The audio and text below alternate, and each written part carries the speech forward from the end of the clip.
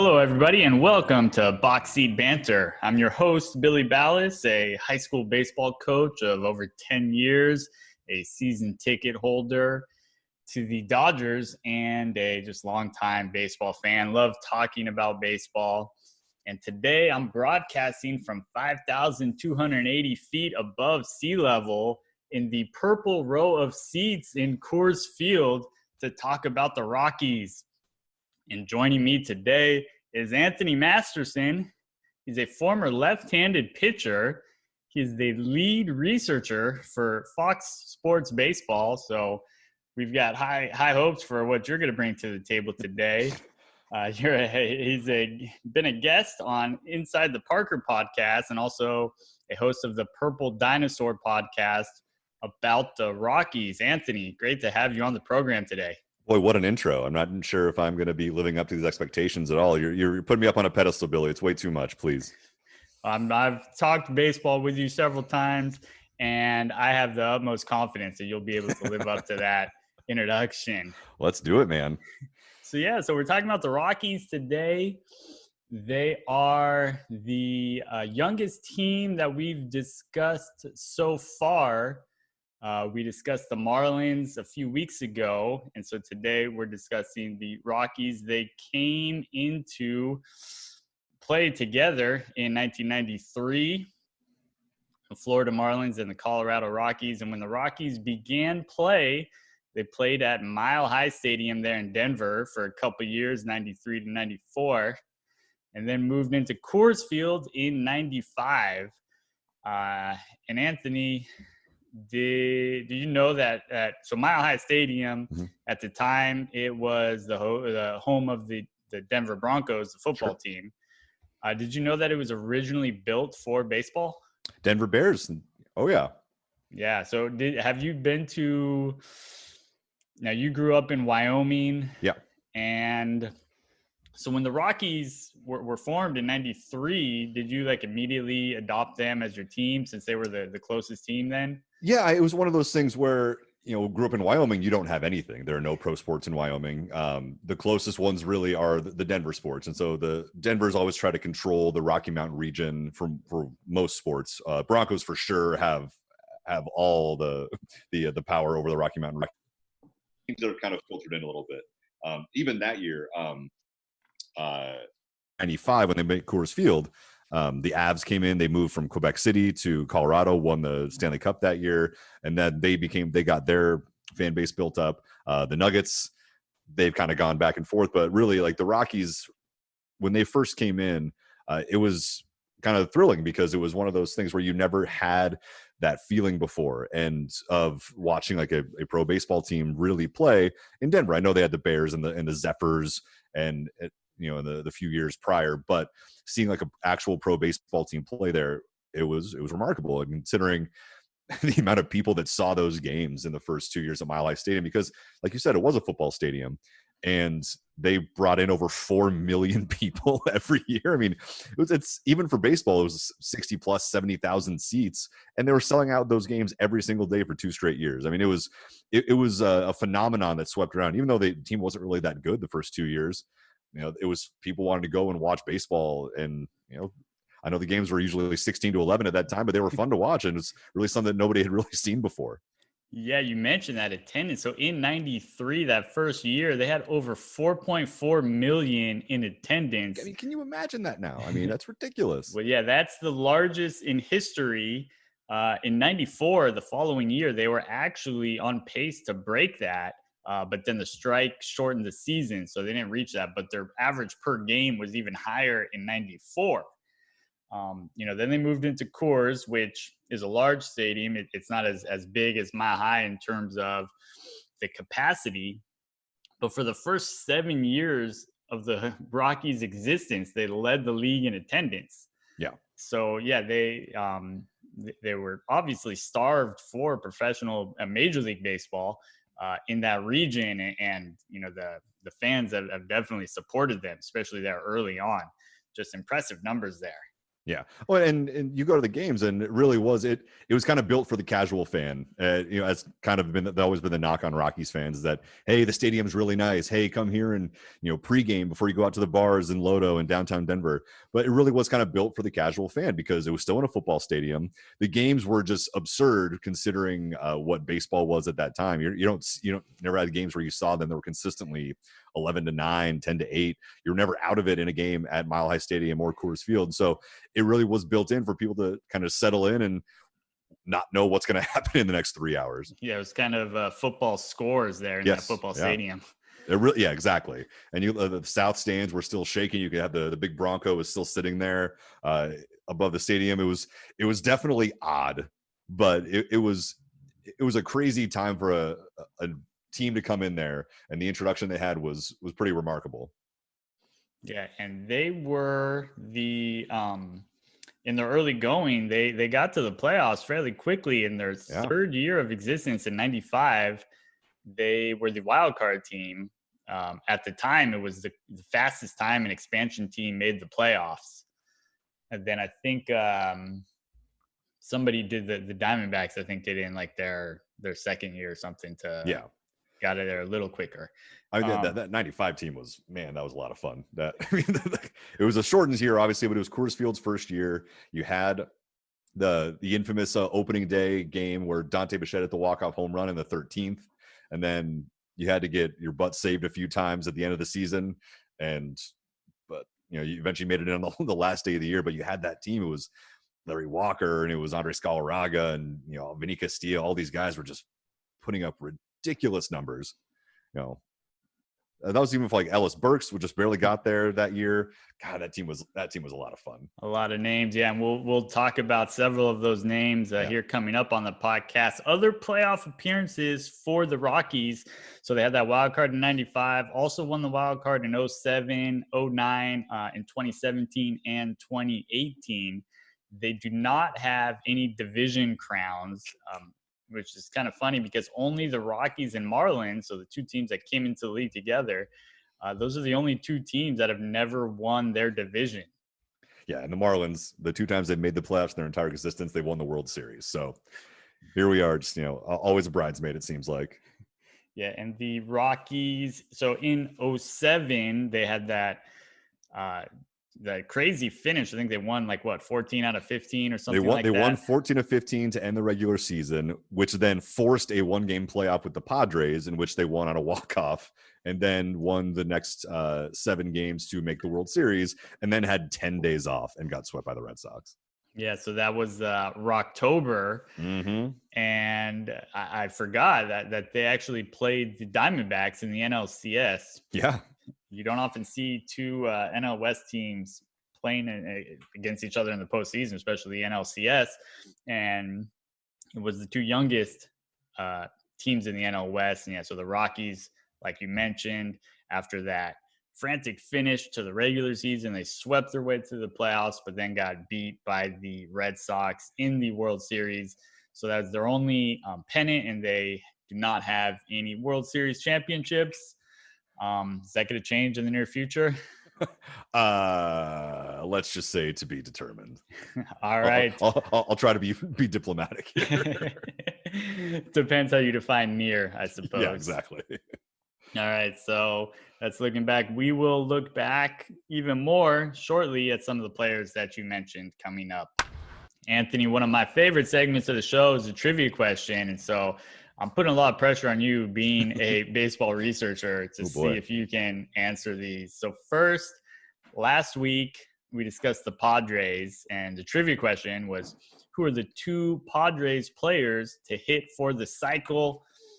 My guest, Chris Heilman, I think he did know both of them, and he left one of them open. He answered one. But Anthony, do you know the two Padres players that hit for the cycle? Yeah, it fits in well with this episode. I believe it was Matt Kemp and Will Myers, both at Coors Field, both within the last 5 years. Absolutely. Hit the nail on the head right there.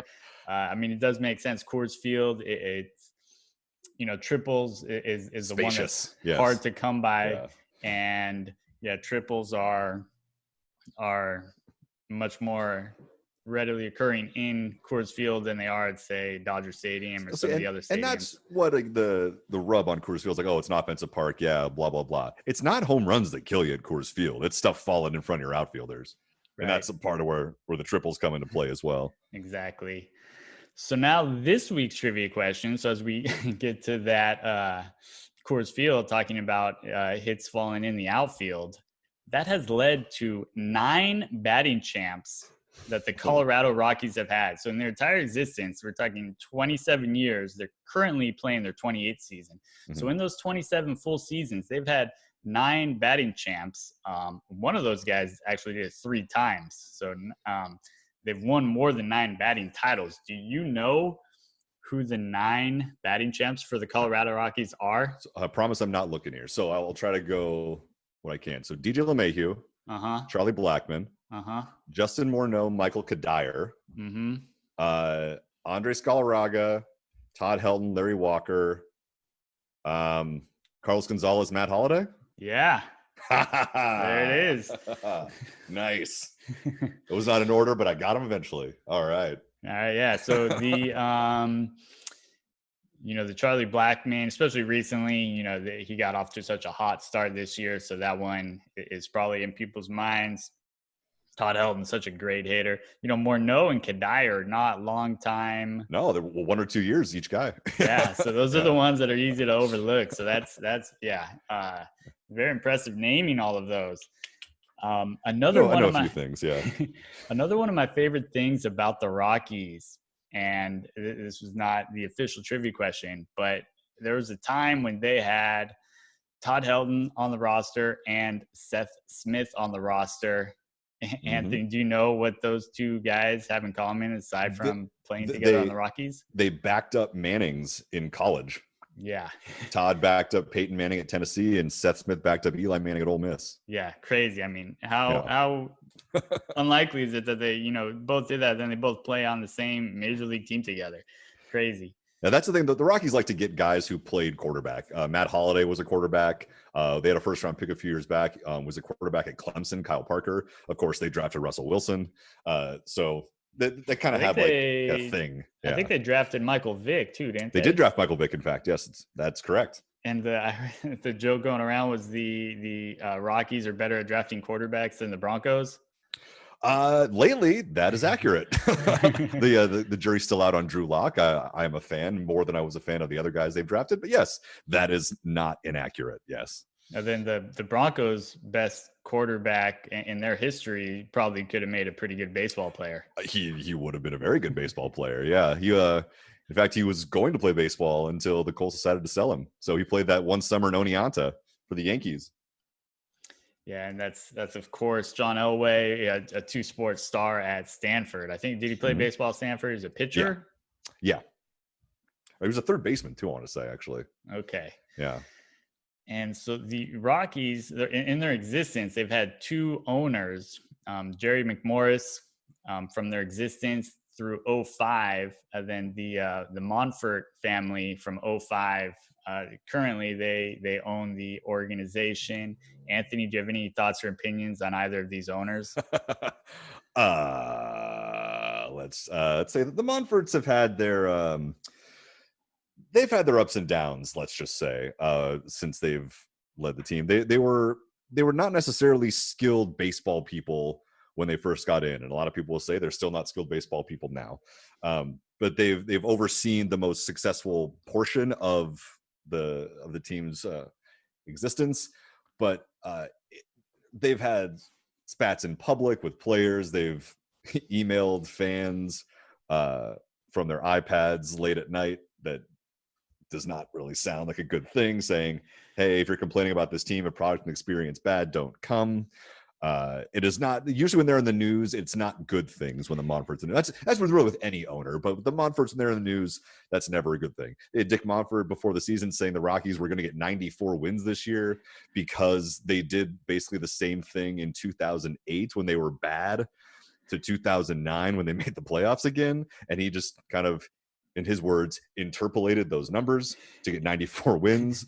And so I think the average knowledgeable fan about the Rockies is not super high on the Monforts, I will say.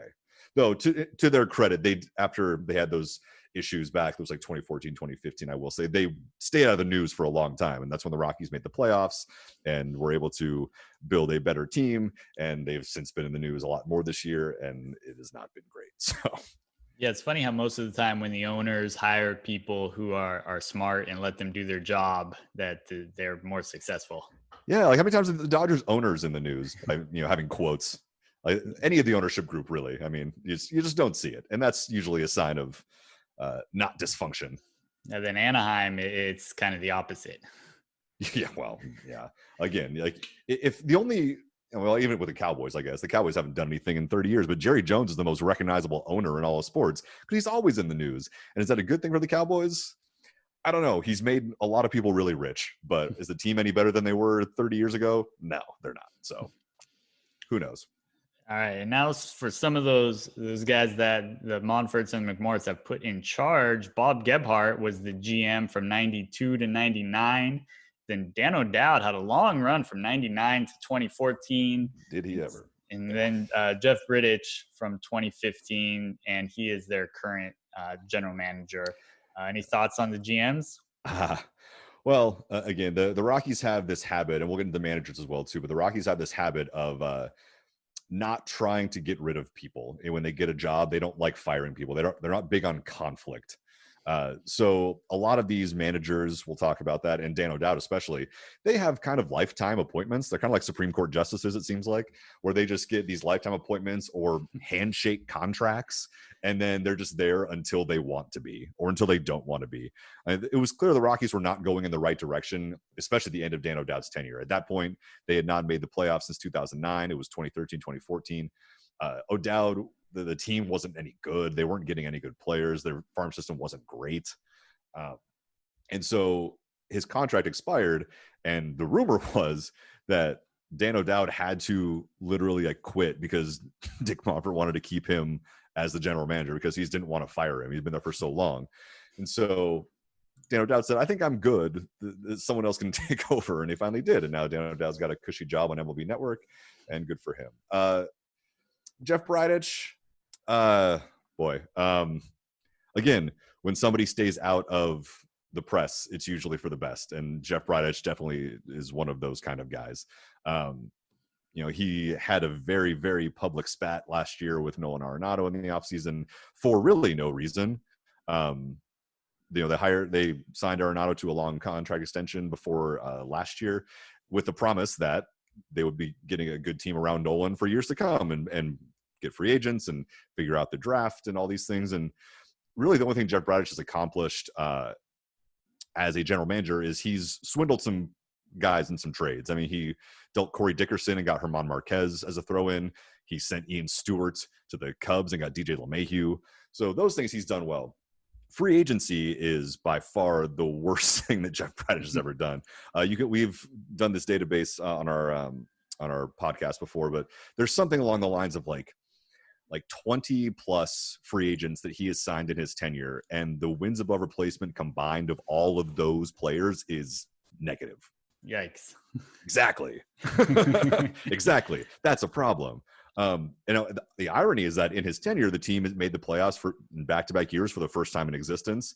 The team is very, very homegrown. In the last couple of years, they've had entire games where the entire lineup, including starting pitcher and bullpen players used, have been homegrown players, which is great. Rockies have always been historically good at scouting Latin America, and that's wonderful. But free agency is going to be the reason why at some point Jeff Bridich does not have a job unless he fixes it quickly. And you're seeing the team this year. The team is very top heavy.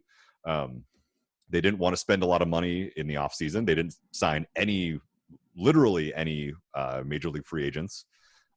They got Chris Owings and Matt Kemp on minor league deals, and they decided a team that lost 90 plus games last year thought it was going to be good to go into 2020 with the exact same team basically. So you can make your own judgments on that one. Well, they don't have to worry about losing 90 games this year. Yeah, exactly. Yeah, no matter what, they will lose fewer games this year than last year. So there you go. Yeah, listen, Jeff Bridich is again, I'm trying to be diplomatic. he could use some social skills, I will say. He's not very good at conflict. But he tries to make it a lot. He's not a personable guy. And he tries to run the Rockies. This is going to sound dumb, but with a spreadsheet, and there's absolutely zero. Listen, I'm very much for analytics, but there's like zero thoughts about any kind of team chemistry whatsoever when it comes to trying to build the Rockies, and that's very, very clear in the way that they play. They do not seem to be having a lot of fun when they're on the field or fun with each other. I will say, at least this year. I know winning helps that, but they do not seem to be having a lot of fun. Mm-hmm. Now let's see how you can do in naming the managers that the Rockies have had. You named all the batting champs. Let's see if you are as able to name the managers. Their first manager was the guy who, as a player, led the league in hit by pitches 8 times. He also hit a key 2-run home run in the top of the 9th in the Game 5 of the '86 ALCS, which sets the stage for Dave Henderson's go-ahead home run. Groove, man. Don Baylor. That's right. Don Baylor, man. He was a former MVP. He was one of probably the most popular Rockies manager ever, for sure. I think everybody just beloved Don Baylor. So, yeah, it's so sad when he passed away a few years back. But, yeah, Don Baylor was he was a made man in Denver, for sure. Yeah, he was the manager from 93 to 98. This next guy, his brother is a Catholic priest who actually performed the marriage for this man and his wife. Well, he was there for 1 year. It was Jim Leland. Yeah, I forgot that he was in Colorado. You know, I always picture him in Pittsburgh and in Detroit, and then obviously that short run in Florida. Well, that was the start of the Rockies and their handshake agreements not going well. Jim Leland was going to be hired for life as far as the Rockies wanted to. And he spent 1 year there. And this is, you can look this up. This is a part of why he did not stay there. That was the year that the Columbine shooting happened in Denver. And it was early that year. And his wife was not comfortable staying in Denver after that. And so he got out of his contract a year later. And that's why he was only in Denver for 1 year. Which is a bizarre situation, but yeah, that was a big part of why he did not want to stick around in Denver. Interesting.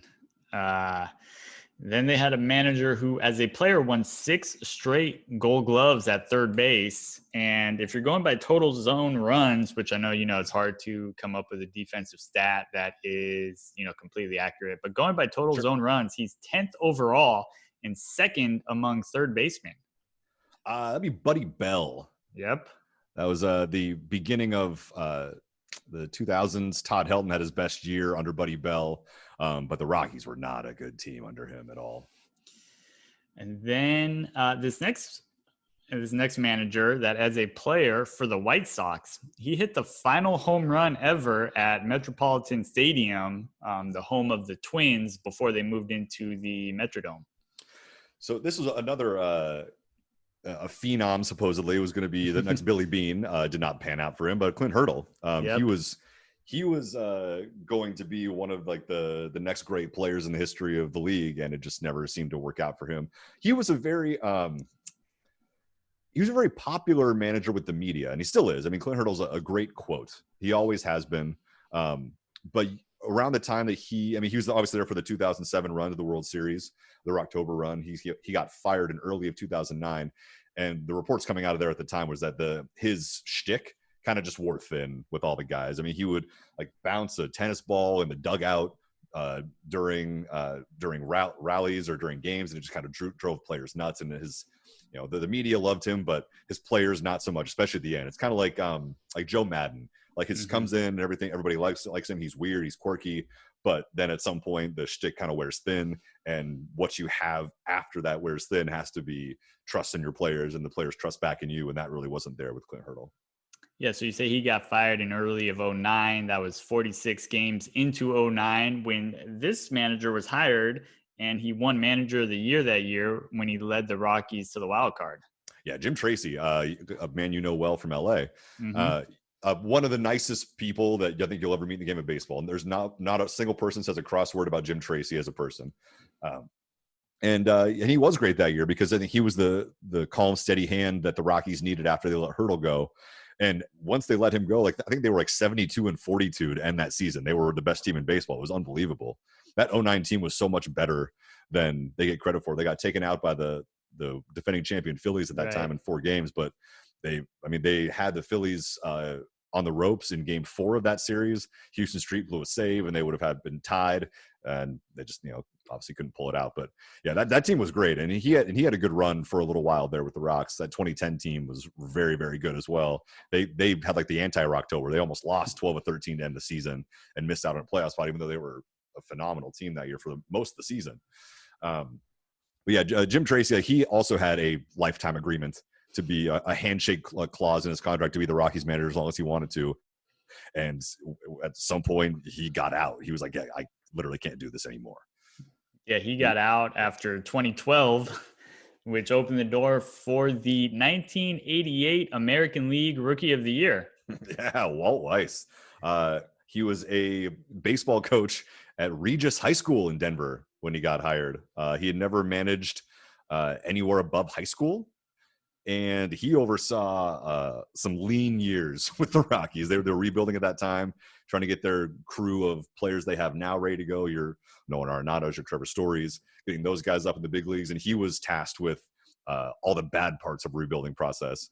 But again, he did not seem to be the right man for the job, but he at least was around when they all needed it. So when his contract ended, again, I think they kind of just changed the key card on him. We're like, all right, well, like you can have some fun here. Did they fix the glitch and he's just not getting his paycheck he's anymore? Not getting his paychecks. He probably still thinks he's the manager of the Rockies, just not getting his paychecks anymore. Exactly. He's hanging around waiting for his stapler. And so he was the manager from 2013 to 16 until their current manager took over in 2017, who, a little fact about him, he was the starting pitcher for the Royals in the infamous George Brett Pine Tar game. Yes, he was. Bud Black. Another guy that the Rockies had wanted to hire as their manager for ages. When he was the manager of the Padres, they've always used Bud Black as a paragon for a guy they wanted to hire, a pitching guy, a former pitcher, to get him in Denver, and to see if a pitching manager could work better than a hitting manager, as it were. And so they finally got him. They got their man, and they've had a lot of success. And I think a lot of people really love Bud Black. He's a good even keel in the clubhouse. The managers, the players, like him a lot.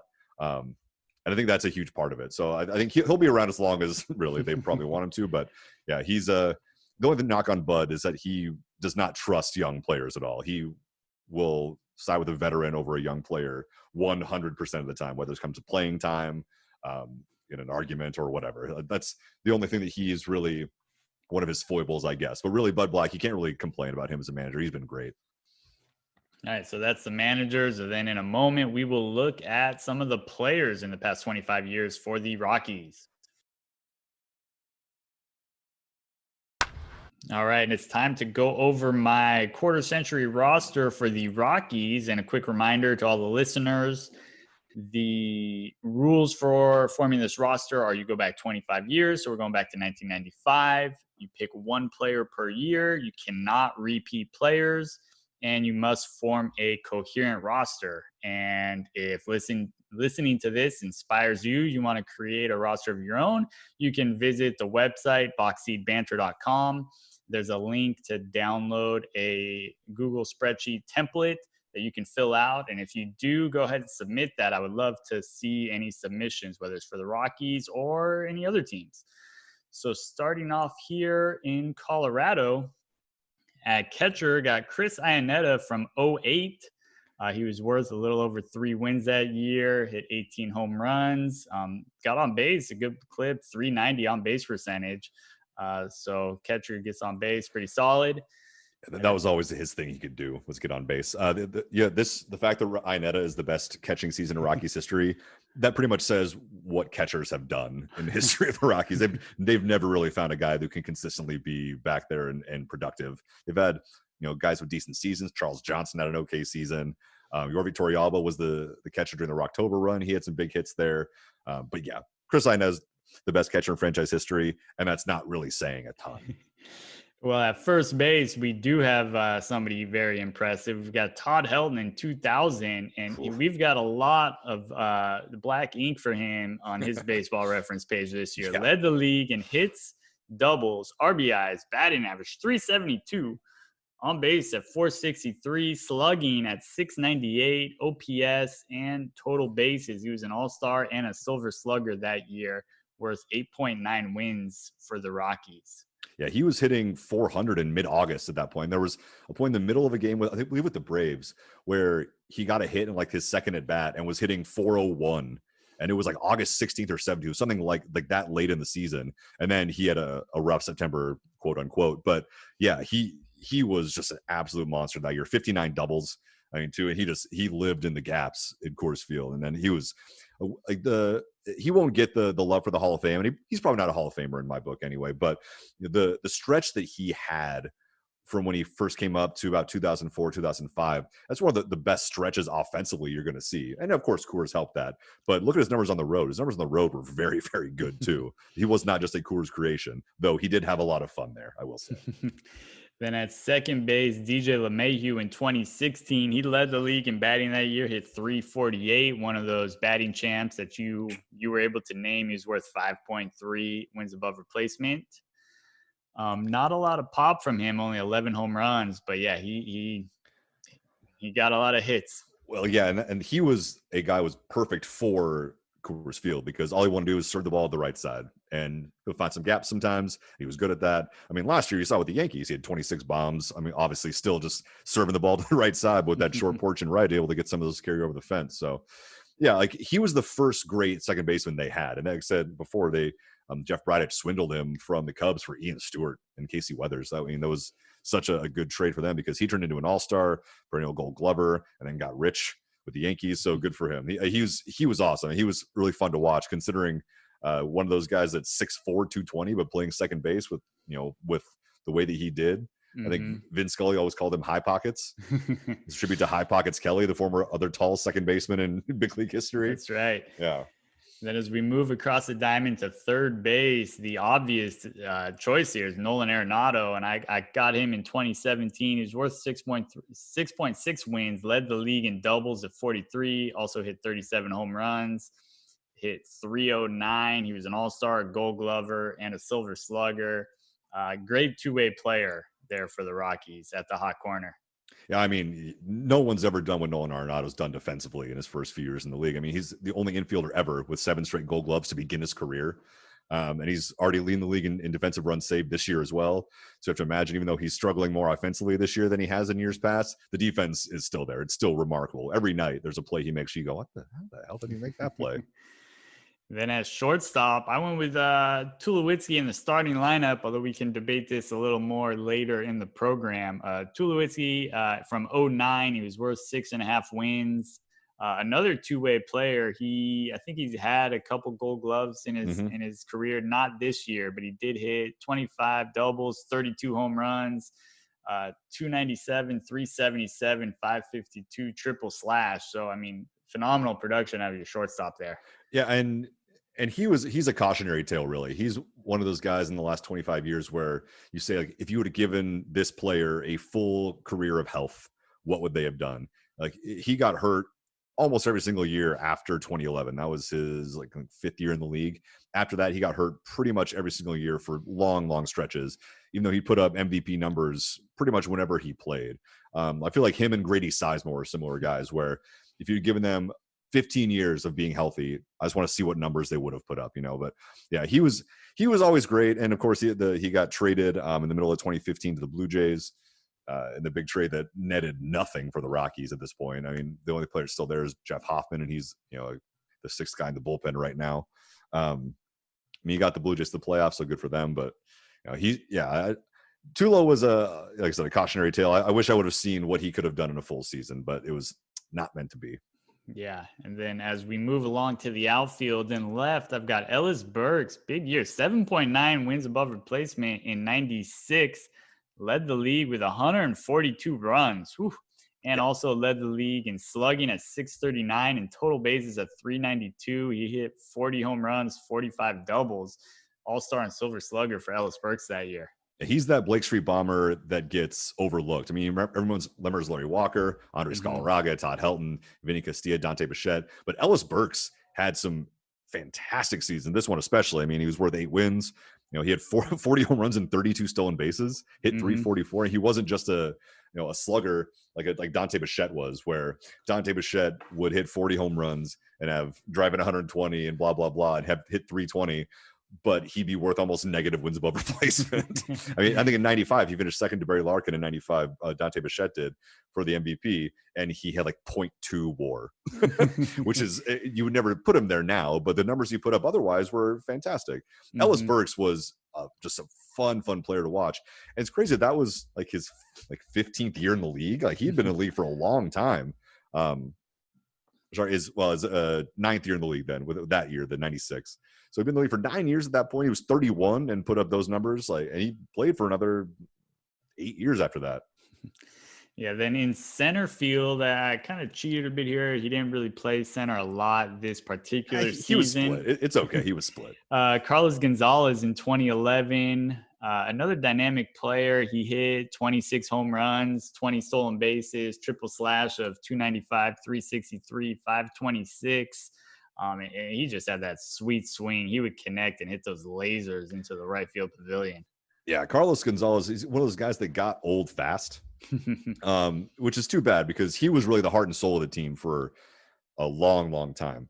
Because he came up late in 09 when the team made the playoffs and had a ridiculous postseason series against the Phillies. He hit 588 in that series against the Phillies. He was 10 for 17. And they obviously lost in 4 games, but you could tell that the star power is there. The 2010 season, led the league in hits at 336. And man, he was just so much fun to watch. He was one of those players where, like Ken Griffey, when the ball connected, it was just the sweetest swing in the world. And so he was so much fun to watch. But like I said, he was 32 when his career ended in Denver, and hasn't really played since. He was hanging around with some teams here and there, but man, it was weird how old he got, how fast. And then we come to right field, Larry Walker in 97. That was his MVP year. He was worth 9.8 wins, led the league with 49 home runs, also doubled 46 times. He hit 366, which actually did not lead the league. But he got on base. John Olerud, probably. 97. I want to say that was Gwynn, actually. Okay, makes sense. Gwynn or John Olerud was always the answer. Olerud in the AL, Gwynn in the NL, yeah. Larry Walker did lead the league in on base and slugging and OPS. Got on base 452, slugged 720, led the league in total bases at 409. Stole 33 bags that year. 5-tool player. I mean, you wouldn't expect him to have a lot of speed. But yeah, MVP, All-Star, Gold Glove, and Silver Slugger. I mean, he's finally in the Hall of Fame. The Rockies got their first Hall of Famer this year in Larry Walker, and he was very deserved. And I'm glad that advanced metrics saw a player that a lot of guys maybe have overlooked for Larry Walker because, he didn't play enough. He didn't have enough wins, or he didn't play enough games, and played in Denver and Coors Field and yada, yada, yada. He's deserving of being in the Hall of Fame. He was one of the more remarkable players to play in his era and he didn't even start playing baseball till high school and was more of a hockey player from Canada. He wanted to play hockey, and really it took him a few years to get his bearings, but he was such a freak athlete that he could do whatever he wanted on a baseball field at any time, and he could do it well. He was just really the most fun player to watch. And he came to Denver in that 95 season when they made the playoffs for the first time. Coors Field opened. It was just this like dynamic rush to get to Coors Field and watch him play. And it was funny because that year, like I said, the Avs also got there too. And Joe Sakic and Peter Forsberg, they were those kind of players as well. And the Avs won the Stanley Cup that year. That year, Terrell Davis made his debut for the Broncos. John Elway was still there, obviously, too. It was a great time in Denver sports because, we feel like the city finally had its superstars. Because at that point, the Broncos had been to the playoffs and Super Bowl and all that, but they still had 0 Hall of Famers in the Hall of Fame. The Nuggets were, they had a lot of fun teams in the 80s, but they didn't win anything. The Avs just got there. The Rockies got there in Coors Field, and all of a sudden, people were kind of paying attention to Denver sports as something to look forward to in in the national conversation. And Larry Walker absolutely deserved to win the MVP that year. There's nobody could have been better, except maybe Barry Bonds or something, I guess. But really, like, no one could have done what Larry Walker did that year. Just make sure Larry Walker knows how many outs there are. How many outs exactly? Yeah. Again, well, that was kind of the beauty of Larry Walker. Yeah, he was absolutely a freak. And players who have played with him, who I know from work, they would say like that whatever he wanted to do, whether it was on the baseball field, playing cards in the locker room, or whatever they wanted to do, Larry Walker was the best one of anybody in the locker room. No matter what, anybody could come with a game and say, "Hey, I'm the best at this game. I want to play you." And he would say, "I've never played this game before," and he would beat them at that game. He was that kind of that freak athlete. He was so much fun. And I'm glad he finally got his just deserves getting in the Hall of Fame. He's either a freak athlete or a great hustler. Exactly. Sometimes it's good to be both. As we move to the bench, I've got Vinny Castilla in 98. He was worth 5.6 wins, hit 46 bombs, 319, 362, 589 triple slash. He was an all-star and silver slugger. Yeah, it kind of sucks that he gets pushed to the side in this game, especially because of Nolan Arenado. But man, Vinny Castillo was just remarkable to watch. Mm-hmm. And then the other bench infielder, Trevor Story from last year, 2019, 6.1 wins, hit 35 home runs, 38 doubles. He did not win a Gold Glove. I think Nick Ahmed might have won it. But he's Story, been robbed a couple times, but he'll win one before his career's out. Yeah, he's been. I mean, defensively, he was worth 2.1 wins with the glove. So there's a lot of competition at shortstop there. But he is a great defender there at short. And really, he's having a better season this year. And he's one of those guys that he repeated at some levels in the minor leagues. So you kind of never knew what exactly Trevor Story was going to be. But whenever he would repeat the level afterwards, he would dominate the level. And they're seeing that now because he started in 2016 and had all those home runs, hit 2 home runs off Zach Greinke on opening day. But he really he's coming into his own as this power speed threat that you don't really see that often. There are very few guys who are a total power and speed threat. But he kind of gets overlooked because of the guy who plays to his right. But I think those days are going to be gone soon. I think people realize how good Trevor Story is. He's been selected to the All-Star team by his peers each of the last 2 years. I think the players realize how good of a player that guy is. Mm-hmm, no doubt. And then in the outfield, I've got Preston Wilson from 03. He led the league 141 RBI that year. And he made contact that year, only 139 strikeouts for him. Yeah, Preston Wilson, he was a fun player. He was part of that, I think, the Juan Pierre trade where they got rid of Juan Pierre, but brought in Charles Johnson and Preston Wilson. He was really surprising. I think a lot of guys kind of overlooked that year because it's such a bad year for the Rockies in 03, but he was an all-star, 36 homers, 43 doubles. He never replicated that success ever again, but man, he was an interesting guy. And I think he's made his name now as kind of a talking head. He's done really well with that at Fox Sports Florida. So it's always good to see him in the news. He was always a fun Rocky, even though he's only there for a couple years.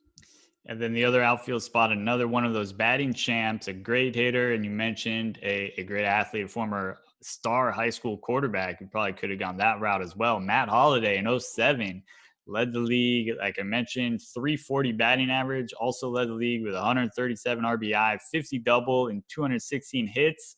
Also hit 36 home runs there. All-star and silver slugger. Not a Gold Glover though. No, he was. He'll never win a Gold Glove. Let's just say. But no, that was the year where the Rockies made the World Series that year, but they got screwed in all of the postseason awards. So they didn't make their run when pretty much everybody had decided who was going to be the MVP, Rookie of the Year, Manager of the Year that year, because that has to be done before the regular season's over with. So the Rockies got screwed because Matt Holliday should have beaten out Jimmy Rollins for MVP. Troy Tulowitzki should have beaten out Ryan Braun for Rookie of the Year. That should have been Manager of the Year at that point.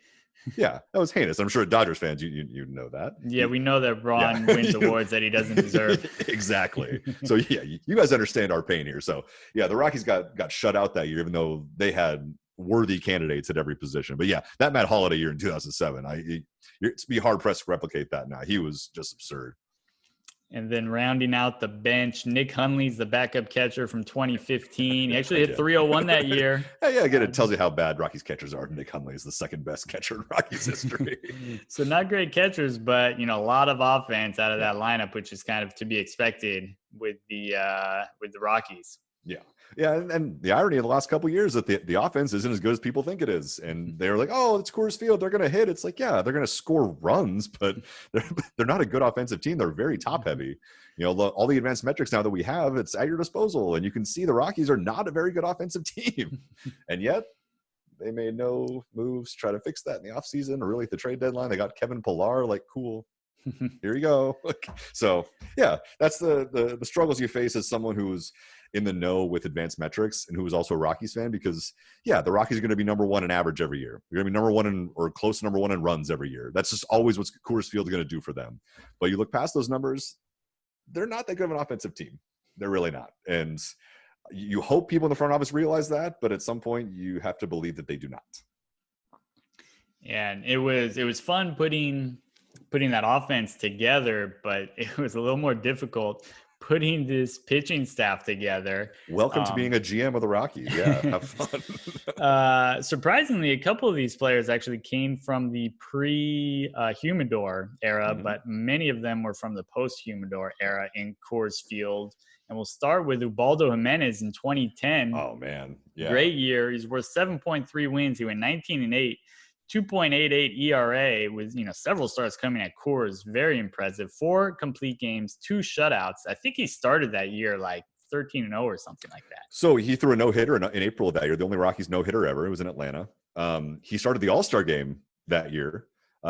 He was absolutely stupid early that season. It was almost impossible how good he was. I believe he started that year. Was it? 15-1 that year before he took his second loss. I think it's ERA through his first 14 starts was 1.15. I think even we looked at this before the season started, like, hey, what's the lowest ERA ever through 60 team games, let's just say. And his 0.93 ERA through 2010 was the lowest. It was like him and Pedro, only 2 guys to have sub ones through the first 60 team games, which, like, yeah, Pedro, you get 99, 2000, whatever. Pedro was the man. But like Ubaldo Jimenez, a Rockies pitcher on that list, yeah, that's how good Ubaldo Jimenez was that year. Then I got Ulysse Chassin in 2013. He went 14-10, ERA of about 3.5. He was worth 6.1 wins. Kyle Freeland a couple years ago in 2018, he went 17-7, ERA of 2.85. He was worth 8 wins. Denver kid, yeah, pitching in Denver, like he knows how to pitch in Denver for the most part. He's been very successful there in his career. But yeah, I mean, he was 4th in the Cy Young voting that year. Like he was, yeah. Like at Coors, he had 285 overall as pitcher at Coors Field. Like, come on, what are we doing here? And then Pedro Estacio in 1999. Pedro, give him the ball. Let him throw 140 pitches. Yeah. Yeah, he had 7 complete games that year, which actually did not lead the league, I don't think. He went 17-11. The ERA is not going to impress everyone at 5.04. But ERA plus 115, so, above league average. Yeah. Yeah, that was not what Pedro Estacio was there for. He was not there for his ERA. Like, he was one of those guys that Buddy Bell or Don Baylor or Jim Leland would send out, like, hey, Pedro, we need 7 innings. I don't care how you get them. And you go, okay. And you get you 7 innings. He was a perfect guy for pre-Humidor Coors Field, where it was just like Blurn's ball. Ball's going everywhere all the time. But he wouldn't let innings snowball on him. He knew he was going to go out there giving up, 5 runs a game. He knew that already. But he knew he wanted to get to the 7th because his team would probably score 6. Yep. And rounding out the rotation, the lefty Joe Kennedy from 04. RIP, yeah. He went 9-7, 3.66 ERA. So solid year, ERA plus of 135. So yeah, decent year out of him to round out the rotation. Yeah, that's a pretty solid list. I mean, German Marquez has had some decent years. You look at recently as well. The advanced metrics like him a lot. Getting him on there. Kevin Ritz was one of those also guys with Pedro Estacio who would put up some pretty solid numbers, even though his ERA is not pretty. But yeah, that's a pretty good list. I'll take that. Then in the bullpen, Start off with the lefty Brian Fuentes from '05 across 74 and a third innings. He had 31 saves, 2.91 ERA, struck out 91 dudes, so 11 strikeouts per nine. He was an all-star that year. T-Rex, yeah, little 3/4 like short arm, yeah. Yeah. He lost his job in 2007, and he had a road trip in the middle of that year where the Rockies made the World Series. He had a road trip. It was right after the Rockies had just swept the Yankees at Coors Field. They were feeling good. Went on a road trip to, I believe, Toronto, Houston, and the Cubs. And they went 1-9 on the road trip. And I think he blew 4 games. It's not hyperbole. It was one of those things where every time he came in, like, he was great to that point. But every time he came in, it was just gasoline. It was so bad. And they put in a rookie, Manny Corpus, to be the closer that year. And he was wonderful. And he basically got them to the playoffs. And Fuentes, after that series, was amazing the rest of the year as the setup man. But yeah, he had some really good years for the Rockies for sure. He was good for one of their best closers they've ever had for sure. Mm-hmm. Another reliever, Rafael Betancourt from 2012. He also had dot in the corner saves. with those four-seam fastballs. He had one pitch. It was a four-seam fastball with the knees on the outside corner, and he pitched in the big leagues for 10 years. Adam Ottavino in 2014. I think he's had better years for the Rockies, and now he's a great pitcher for the Yankees. But I got him in 2014. He only went 1-4, 3.6 ERA. Struck out, over a batter an inning though, with that nasty slider of his. And that was even before he had the surgery and before he had Tommy John, and then he was able to parlay his time off into reading FanGraphs and realizing what he needed to do to pitch better at Coors Field. Obviously, he had that insane slider, which is why his arm exploded. but he was also able to, because he didn't throw 99, so he wanted to know how he could pitch up in the zone at Coors Field and not have it hurt him. It sounds counterintuitive, but he was able to figure out if he pitched at the top of the zone with his fastball and that slider away, he was able to get weak contact and then get the strikeouts like he had. And he was one of those guys where you never see a Rockies pitcher where you have to must-see reliever for the Rockies, but he was that guy. And then again, he got paid by the Yankees, like so many ex-Rockies seem to be doing nowadays, and good for him. Great guy. Wish him the best. I've got Jose Jimenez from 2002. The win-loss record, yikes. He actually went 2-10 that year. Yeah. His ERA was about 3.5. He led the league in games finished, and he also saved 41 games. Saves. Yeah. Sinker baller. That was when the Rockies started to get sinker ballers for every single player on the roster. So you see 47 punch outs in 73 innings. Yeah. You don't see many closers like that anymore. Nope. And another lefty in the pen, Mike Myers from 2001. I can still hear the Halloween music when he entered the game. Yeah. To face his one batter. Yeah, he was a loogie. He had 73 appearances, but only 40 innings pitched. So I don't know how he would survive in today's game. He can't now. Yeah, he had to pitch to 3 batters. In 95, I got Steve Reed, who accumulated 4.1 wins above replacement across 71 games and 84 innings with a 2.14 ERA. Struck out almost a batter an inning that year. Which for a guy who was a side armor to be like to have that many strikeouts and to save that many games, like he was crazy that year. I think he was at Coors Field. I think he was okay. He was much better on the road that year, but still, he had one year. I think maybe it wasn't 95. He had one year where he had like a less than 1 ERA at Coors Field. He was crazy good in some years. And then he's from Moore Park. I didn't realize that. There you go. Rounding out the pitching staff, Ramon Ramirez from 2006. He went 4-3, ERA with around 3.5, struck out almost a batter an inning. And yeah, that's the pitching staff, which is on paper not as impressive as the batters. I will say you're missing one of the more remarkable reliever seasons in Rockies history. Gabe White in 2000.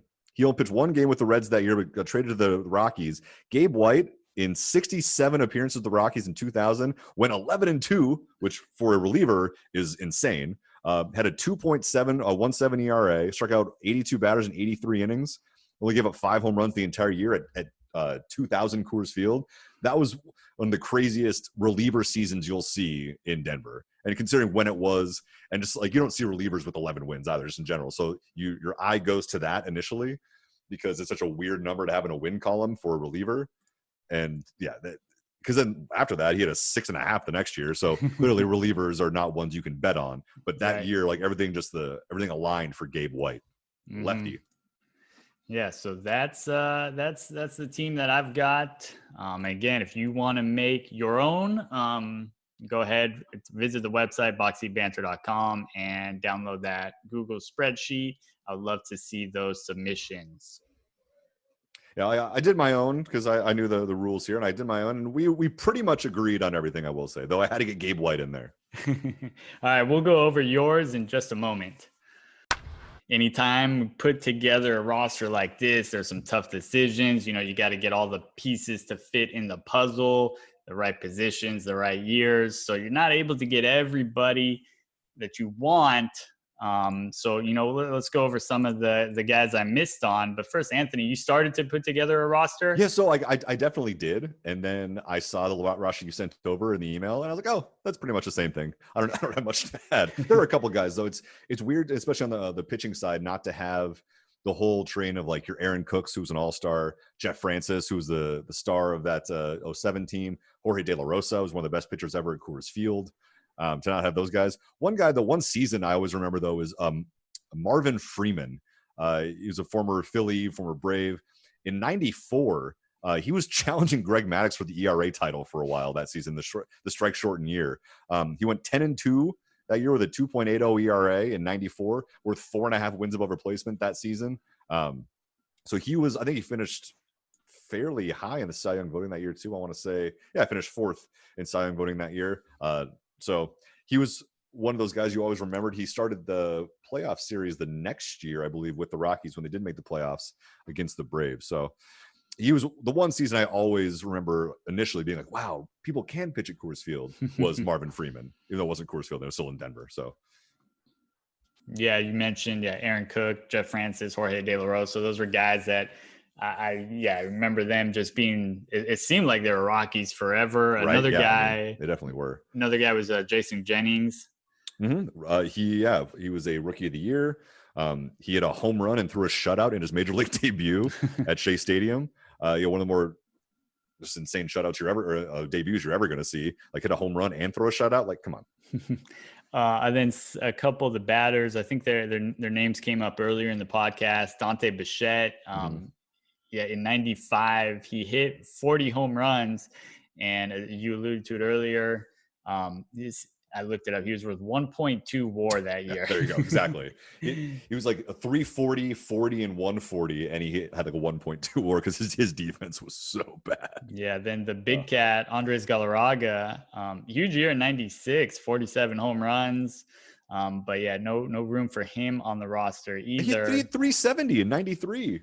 The first year of existence for the Rockies, he hit 370. Yeah, although that was, if we go back to '93, I think he makes the roster right. Slam dunk.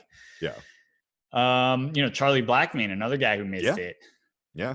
He's had great years. Yeah. Then you mentioned Herman Marquez, another guy, and he had a great year in 2018. It was basically between him and Freeland, and kind of coin flip between them. I think Freeland, statistically, you argue that he had a better year, but both impressive years for those two pitchers in 2018. Yeah, Herman's definitely more of a stuff guy, but Freeland had the numbers for sure. Yeah, but Freeland's figured out how to pitch in Coors Field. I mean, he's a, like I said, Denver kid, Thomas Jefferson High School.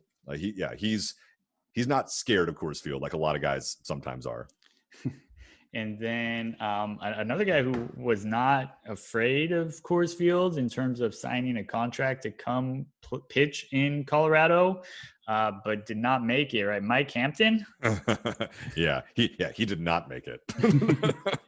Mike Hampton is one of the more infamous players in Rockies history. Obviously, he signed a giant contract, like 8 for 120 or something like that, which in 2001 is like signing for 15 and 300 now. But he, like in his first start too, he threw like 8 1/3 shutout innings at Coors Field. He left a standing ovation. It was great. He was an all-star that year. He was actually very good. And then after the all-star game that year, it just all tanked, and he wasn't on the team 2 years later. And they only stopped paying his contract like a ridiculously soon amount of time ago. Like I want to say like 5 years. It was really dumb. But he's also the reason why they've been so cautionary when it comes to signing players to long-term deals. especially free agents. They don't do that anymore because of how poorly both Mike Hampton and Denny Nagel, who they signed that offseason as well, performed, and how horrible those contracts were. And it's also led to a lot of pitchers who never want to sign with the Rockies unless you absolutely overpay, which makes total sense because they saw what it did to guys like Hampton and Nagel, who had decent careers afterwards too. And so that was like the turning point. The fulcrum of the franchise was 2001 when they signed those guys to the big deals, and they fell flat on their face. And I loved Hampton's press conference when they asked him, why you signed with Colorado, the great public school system.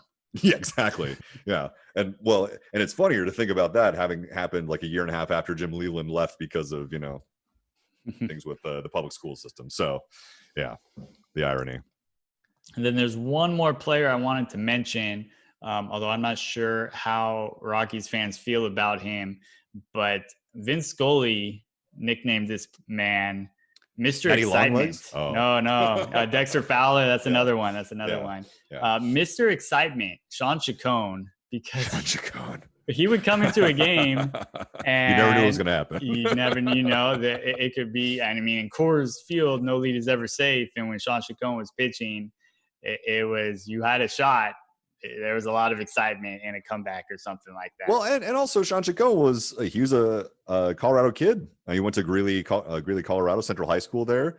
So, he knew the drill about pitching in Colorado. He understood. He tried to be a starter for a while and didn't quite work. But the 1 year he was a reliever, he went 1-9 with a 7.11 ERA, but saved 35 games, 52 strikeouts, 52 walks. Like he was Nuke LaLoosh, man. It was, oh boy.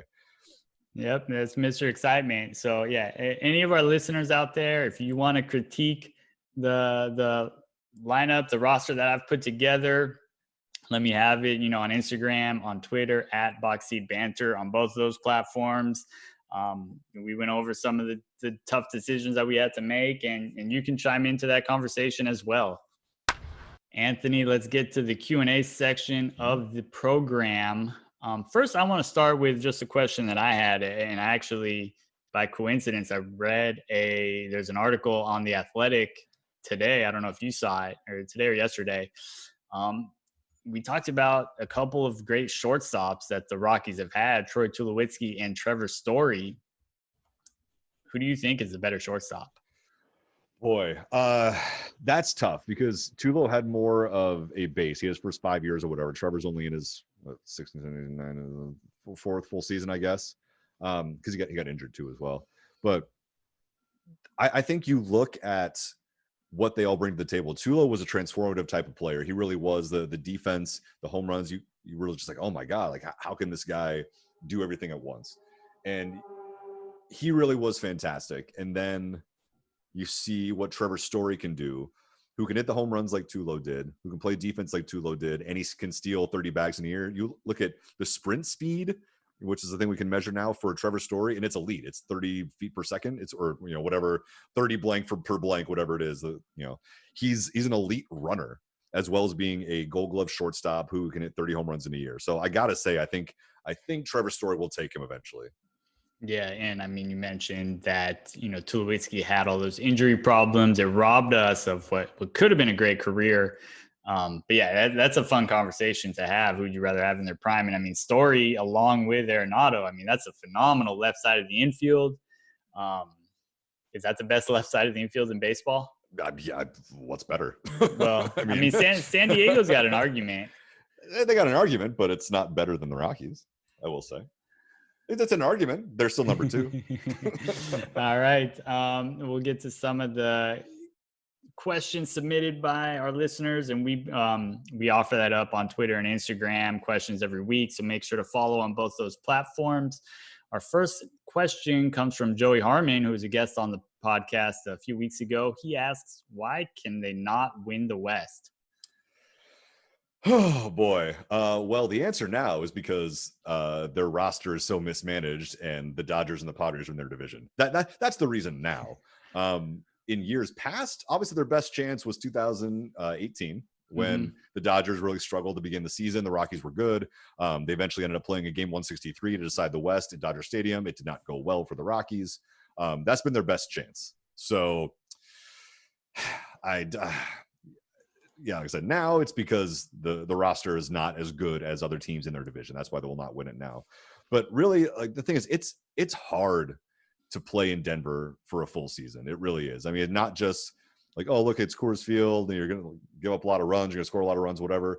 But just the constant travel. I mean, All that's what right, it does we to your will. body and what it does that. So It's yeah, funny. I want to cut you off right there because sure. you're going to be getting on to the answering the next question. It comes from Alfredo Papadakis, who asks, "How much of the advantage or disadvantage of playing in Coors Field are we taking into account?" So yeah, you're just So talking that's about some of the so that's the thing. disadvantage. So it's a massive disadvantage. No other team in baseball has to play with the elements that the Rockies do. With the travel, if you've ever traveled to Denver and gone there for a long weekend and had some drinks and then left, like you feel like hell for like a day or two after you leave Denver, or like the next day, if you're dehydrated, you dehydrate faster. You got to keep yourself in better shape. It's something that no other team has to deal with. And then you add in what playing at altitude does to your to the back of your baseball card. If you're a pitcher, you're going to give up runs. It's going to suck. It's going to hurt you in free agency. It's going to hurt you in arbitration. You go out there thinking like, oh, I can't give up more than 3 runs. Like, but you're going to. Sorry. And even for that, like for hitters, yeah, there's a lot of space at Coors Field. Yeah, it's great. You can get more blue pits to drop in and help your average, but then you leave and all of a sudden things are spinning more. Guys are attacking you differently than they were at Coors Field. But like it gets into pitchers' minds when they go into Coors Field, even as visitors. It's like, hey, like, you can look at Kershaw being like, I won't throw my curveball as much this game in Denver. I'll throw my slider more or something like that, So it makes pitchers weird. It makes hitters think that they're better than they are. And then they try to have the same swings they have at sea level, and it doesn't connect. It's funny. We talked to one of the people you'll know very well, Eric Karros, who was a legendary Dodger in the 90s. He was the second best hitter ever for a visitor in Coors Field history. Pretty much by every metric, by like average OPS, home runs. Only Barry Bonds was a better hitter at Coors Field than Eric Karros. And so Eric Karros works with us at Fox Sports, and we talk about it all the time. Like he says that the thing that got guys most about Coors Field was how it was like he said it was like playing with beer goggles. Like you're playing at Coors Field for so long and you think you're this Hall of Fame hitter. You think I'm a 330 guy. I can hit 40 bombs in a year. You take those exact same hacks when you do at sea level and you swing and miss and you go, what the hell? And then you're on a road trip for 6 days. And you don't do well. You go 2 for 20. You come back and you're like, what's going on? Take those same hacks you did at Coors Field and you're hitting bombs again. You're dropping balls in. You're at 330 here. You go, yeah, I'm that guy again. Go on the road. Same thing. 2 for 20. So that's the part that people don't realize. There's a lot of obviously physical stuff that goes on with it, but there's also a huge mental component to playing Coors Field that really some guys just they can't do. It's weirdly like playing in New York. Some guys can play in New York and some guys can't. Some guys can play at altitude, some guys can't. It's a weird thing. Yeah. I don't think people take into account the travel because there's nowhere near it. And then when they do have to travel away from Coors Field, it is quite the adjustment, physically and mentally. Yeah, and also nothing's close. I mean, all your road trips are long road trips. Mm-hmm. It's not like you're in the Central where you're going from Milwaukee to Pittsburgh and that's it. No one else is in your time zone except for Arizona half the year. You're going to the West Coast. Even this year, you're going to the West Coast. You're going to Seattle. You're going to Houston. You're going to San Diego. You're going to San Francisco. It's the travel's tough. Yep. Our next question comes from Charlie Ferreira, another recent guest of the podcast, and we may have touched on the answer to this a moment ago. Have the Rockies ever signed a free agent pitcher that worked out? I mean, worked out is relative. Jason Marquis had a really good year in 2009 for the Rockies. I think he was he an All-Star that year? I can look really quick. I think in 2009 with the Rockies, yes, he was an All-Star that year. So he had like 15 and 13 at a 404 overall. But in the first half of that season, he was only for 1 year. He was fantastic. Let me get his numbers here. In the first half, 11 and 6 with a 3.5 ERA, made the All-Star team, and then didn't do well in the second half. It was left off the playoff roster. But it's it's relative, because right now you could say, hey, Daniel Bard's having a pretty nice season with the Rockies this year as the team's closer, coming back from not playing in the league for 5 years. So yeah, it's relative, but no, like of the big time contract guys they've signed, no pitcher has not worked out. And we'll finish up here. This is an easy question, but I want to use it to jump off into another talking point. Kathy Manilopoulos asks, which Rocky was elected to the Hall of Fame this year? Larry Walker, my man. And so that kind of, the Coors Field had been a barrier for, the Rockies. It has probably kept Larry Walker from being elected much earlier. Oh, but yeah, of course. Yeah. Now he's broken through. So, the writers have shown that they're willing to elect somebody. They can overlook, playing Coors Field as your home field. And because, Larry Walker definitely deserving of being a Hall of Famer. Mm-hmm. So now that the door is open, are there any Rockies past or present who you think are Hall of Fame worthy? You said Helton. You don't think so? I think Helton, I think the injuries caught up to him a little bit too early to be considered Hall of Fame. I think he's seen his numbers go up from, I think, to almost 30% last year in terms of Hall of Fame voting. And first base is tough. It's tough, exactly. And Larry Walker, he was down to 10% voting in 2014. Got that all the way up in his final 6 years to the requisite 75% to get into the Hall of Fame. So it really took a lot of people on his side, and the advanced metrics becoming more prevalent throughout Major League Baseball to even get him considered initially. But you can see he went up from 10 to 12 to 16 to 22 to 34 to 55 to 77. Mm-hmm. So it took a long time for that to actually happen, but eventually people realized how good of a player he was. 7 Gold Gloves, obviously the MVP, won 3 batting titles. He was one of those guys you always wanted to watch.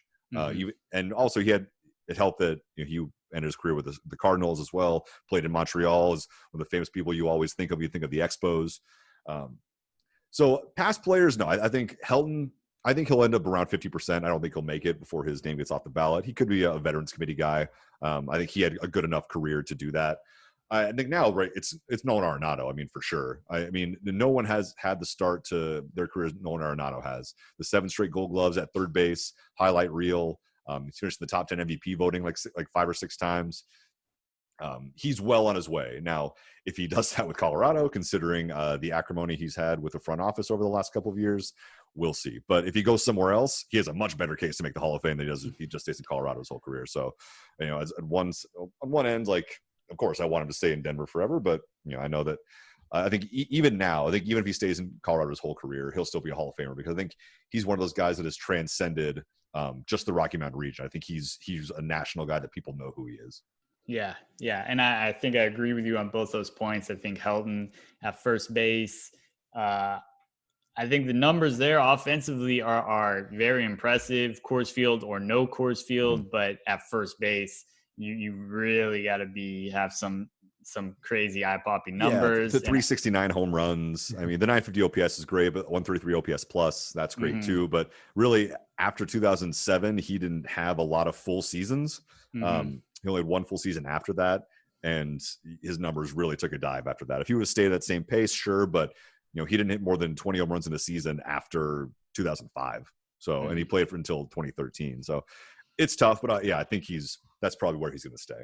Yeah, and I think Arenado, he's certainly on track. He's got work still left to do, but he is certainly on that Hall of Fame track. Mm-hmm. And I mean, Trevor Story, much too early to discuss. Sure, he's the next on the list for sure at this point. Mm-hmm. And then I'm not sure nobody else comes to mind as being worth the discussion. No, Cargo was on that track for a little while, but he's not on the track obviously anymore.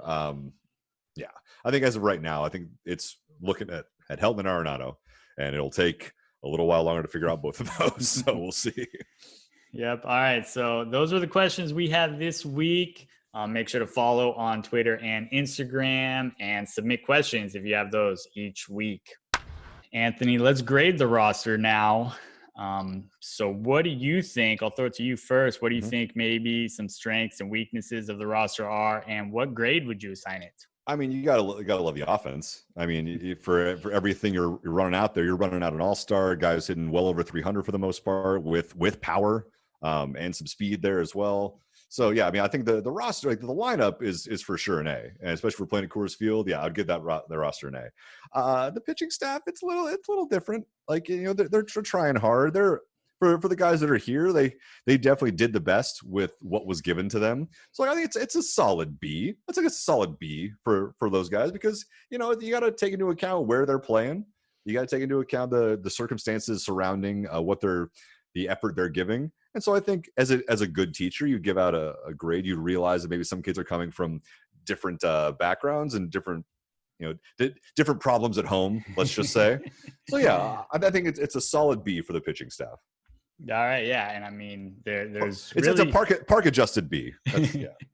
It's hard to argue with those statements. Now, if comparing it to the other rosters I have, they are not surprisingly ranked near the top in every offensive category. I mean, as a team, 418 home runs, which is just 2 home runs shy of the leader that I've put together. I mean, 1,400 RBI, which is the most. They, as a group, hit 320, which is the highest. On base, 391, 582 slugging, which is the highest, 973 OPS, which is the highest, most total bases. So, I mean, some of this, is it a product of Coors? Yes. Is it a product of some great hitters? Yes. So, yeah, but a great lineup overall, whether they're playing in Colorado or on the road. And, yeah, as you mentioned,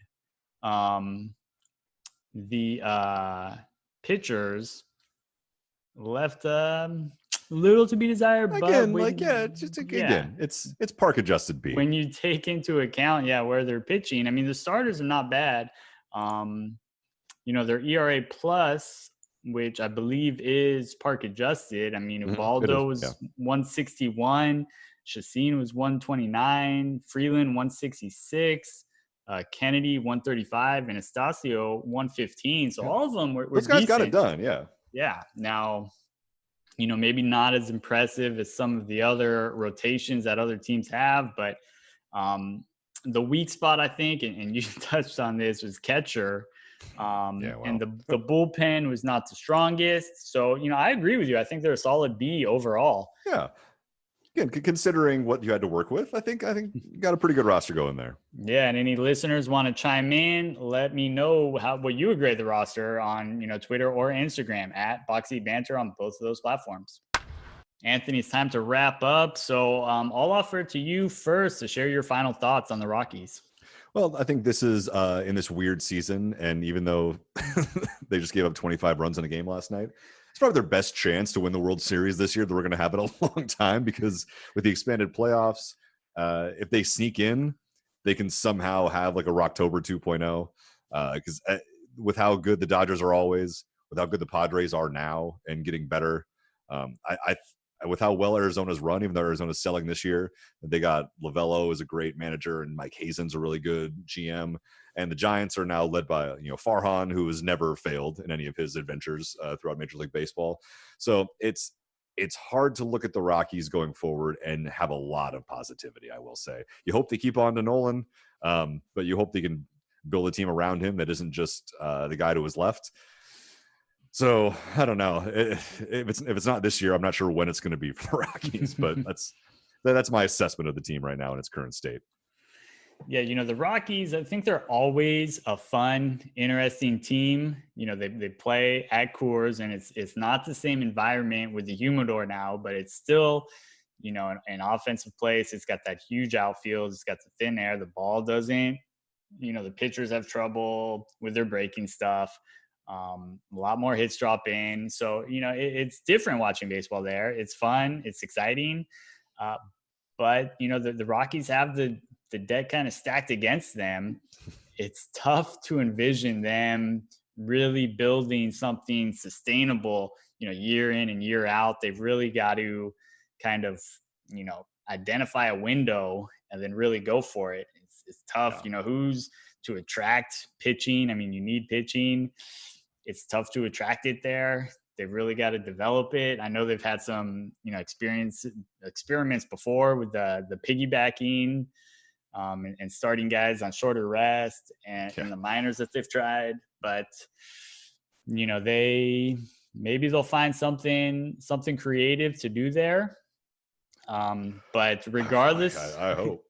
regardless of how successful they are on a year in and year out basis, they are a team that's always exciting and always interesting. And I mean, you see it with all these great players that they've had, and there's a team that, I will always continue to enjoy watching and seeing how they do. So, well, yeah, I'm sure you'll like it because you beat the Rockies all the time as the Dodgers. So, I'm sure the Dodgers love playing the Rockies. It's an easy win. But, I mean, Coors Field, it's fun. You put up, there's some exciting games there. The last night, I know as we're recording this on Wednesday, the Giants put up 23 last night, and then they put up 4 in the first inning today. And usually you put up 4 in the first inning, you're feeling pretty good. Therein lies the rub with Coors Field. We were to write off the entire team for the whole season after that first inning, and then they came back and won the game. Kevin Pillar, the huge midseason acquisition, had the big 2-run triple to give them the lead. So yeah, they hung a high 5 up there in the 7th, and they won 9-6. So yeah, again, it's going to be how it is. It's the most fight they've shown in a game in like a week or two. So you got to hope that can be a building block, because they got the Dodgers this weekend again. So have fun with that. All right. Well, Anthony, it was a joy to have you on the program. Thank you for joining to discuss the Rockies. Of course, man. Anytime. All right. Man, I hope to have you on the program again sometime shortly. Maybe we can talk Indians. Who knows? Maybe. That's a good idea. All right. It was fun talking about the Rockies. This is Billy Ballas of Box Seat Banter, signing off.